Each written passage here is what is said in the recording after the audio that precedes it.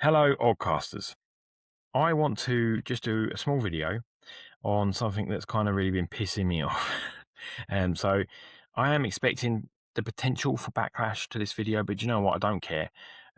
This is just madness of the world today. So I want to talk about the Odyssey controversy that is going around. Reasons that people aren't going to see the film, that they think it should be cancelled, etc., etc. So let's get into it. I'm going to list all the controversies that I've got written down here. Then we'll go through them kind of one by one. And I'll tell you my thoughts on why this is batshit crazy. Let's do it. So, Helen of Troy is played by Lupita Nyong. Apologies for the pronunciation if that's incorrect. But she's a black actress. And people are saying that in Homer's original text, Helen of Troy is described as a white-armed and godlike and the most beautiful woman in the world. And they're saying that Lupita doesn't fit that because she's black. Then you've got the casting of Elliot Page, formerly Ellen Page, a trans actor being cast in an ancient Greece film. I'm not even sure it matters a difference what the film was. I think people get caught up in this sort of thing, but not happy. So Elliot Page is only on screen across the film in a role I enjoyed for about 5.5 minutes.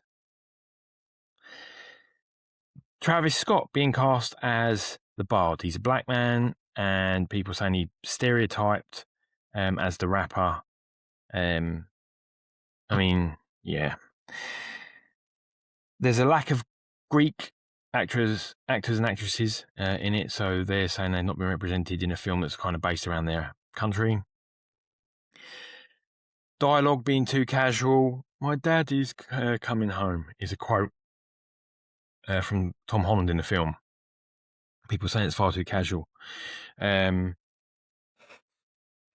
going to address that one first. So, the casual is a film. It's a Hollywood film. The idea of what Chris Nolan has done here is try to take something, a classic piece of literature, and make it more appealing or more accessible to today's community, which I think is great. So that's nitpicking, in my opinion. Excuse me. So let's get into the reasons as well. So Helen of Troy, being a black actress, it doesn't make any difference to the film, not one bit. She's a good-looking actress. She can do the role. She's described as the daughter of Zeus, so she's not real in that way. I see no reason why she couldn't have done it. I think she smashed it in the 3.5 minutes that she's in. Again, not a reason to not go and see this film. Ancient Greece had more fluid social construct of sexuality than we do today.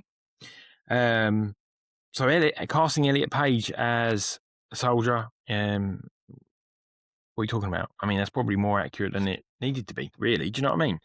And if you're don't believe me, go and have a look at the Sacred Band of Thebes, which is 150 pairs of gay lovers going into battle. I didn't write it. I'm just telling you the facts.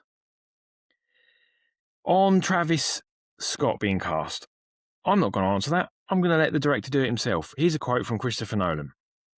He says, "I cast him because I wanted to nod towards the idea that this story has been handed down as oral poetry." Well, it has, like a lot of these stories. So, what's the issue? And surely, as a black man himself, Travis Scott would probably be like, bit racist here, Chris. Don't think I'm going to do it. No, he did it, and he smashed it. He brought something to it. He created atmosphere. It was great. But ultimately, my final thoughts on this are, this has nothing to do with wokeness, etc. I don't think Christopher Nolan did anything of, catering towards different sets of people. I think he chose the best actors and actresses that he felt would do the role. And that's all I'm interested in when I'm watching a movie. And look, Homer's Odyssey, the movie is based off, is over 2,700 years old. But it's not history.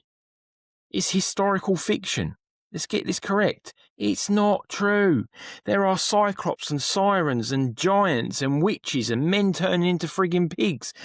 There is no truth to this story. It is an epic fantasy. And I highly recommend that you go and see it. But remember, it's not reality. And if you enjoy the actors and actresses that bring the film to life, then enjoy it. You don't always have to go into a film and look at the political or the social constructs of everything. It's supposed to be entertainment. And I think we get too caught up in it not being that.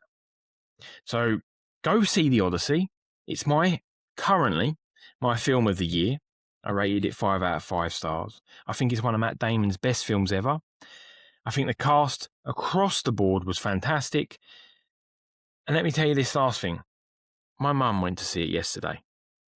Now, she doesn't like fantasies, books, or films. It's not really her gig. But she gave it 4 out of 5 stars. She said, Dad, you know what? It was good. She'd watch it again and she'd own it. It's worth seeing, people. Don't let the negativity put you off. I hope I haven't put you off. Hopefully, I made you want to see it wherever you're going to the cinema, or you're waiting for it to stream, or even become on DVD or Blu-ray. If you've seen it, let us know what you thought. As always, bye-bye.